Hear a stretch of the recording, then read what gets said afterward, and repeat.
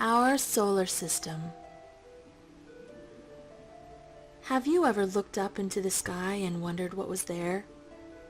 Higher than the birds, past the clouds, and farther than the moon, a whole host of fascinating objects spin in outer space. Let's imagine for a moment that we can leave the Earth behind and explore the solar system that surrounds it. We call it the solar system because everything in it is centered around the sun, and solar means something to do with the sun.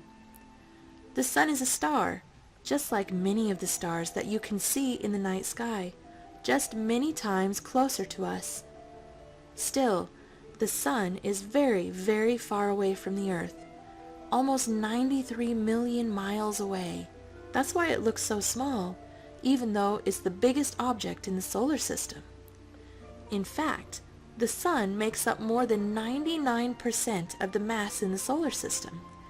If you put all of the planets, moons, asteroids, comets, and everything else in the solar system together, they would make up less than 1/4% of it.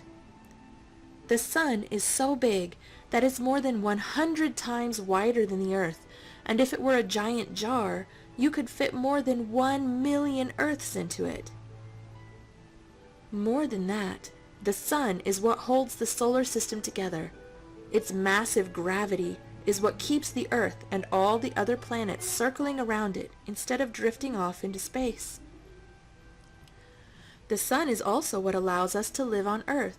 Without the sun, there would be no heat. There would be no light. Plants could not grow. Water would freeze, and nothing could survive. The sun gives us heat and light because it is always burning. It is a giant ball of gas, mostly hydrogen and helium, and it burns at millions of degrees in its center. Let's leave the sun now to explore the planets. As we move away from the sun, the first planet we will encounter is Mercury. Mercury is the smallest planet in the solar system, much smaller than Earth, and one of only 5 planets you can see from Earth using nothing but your eyes. Of course, it won't look much like a planet. It looks more like a bright star, and many nights you can see it close to the horizon near sunrise and sunset. Mercury is a lot like our moon. It's small and has a rocky surface with craters on it. It has no moon of its own and no air to breathe. You probably wouldn't enjoy a visit to Mercury, since temperatures are boiling hot in the sun and freezing cold in the shade. Something interesting about Mercury is that it is the fastest planet to go around the sun. It only takes 88 days. Next is Venus, the second planet.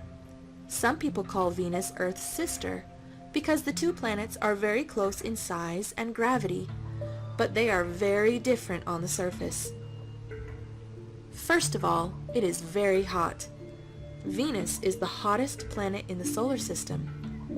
It's not as close to the sun as Mercury, but its thick atmosphere of carbon dioxide helps it to trap the heat and stay warmer than its neighbor.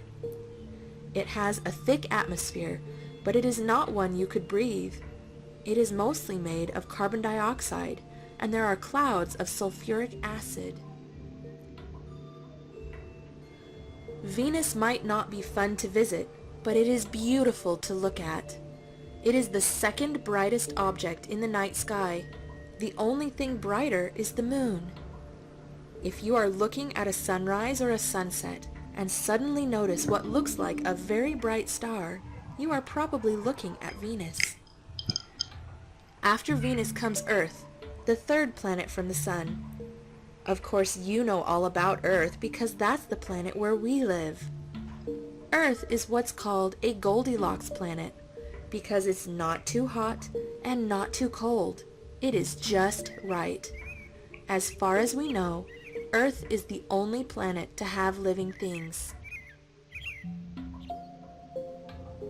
Let's leave Earth again for a moment though, and visit Mars, the fourth planet from the sun. Mars is known as the red planet because iron oxide, a material like rust, in the soil, gives it a reddish color. Mars is smaller than Venus and the Earth, but larger than Mercury. It is cold and rocky, with a thin atmosphere made of carbon dioxide and oxygen. There is water ice on Mars. Scientists are very interested in Mars because they think that people could live there with the help of some special equipment. Rockets and probes have already been sent there to gain more information about the planet.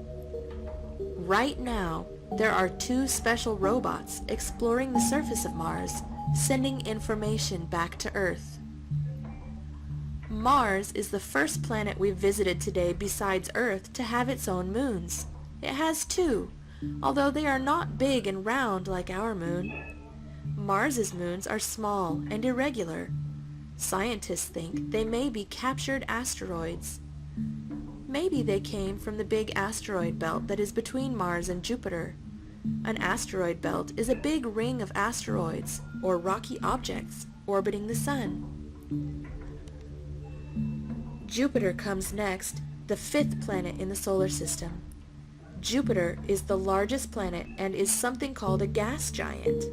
It is called this because it is really big and made mostly of gases. Jupiter is so big that you would have to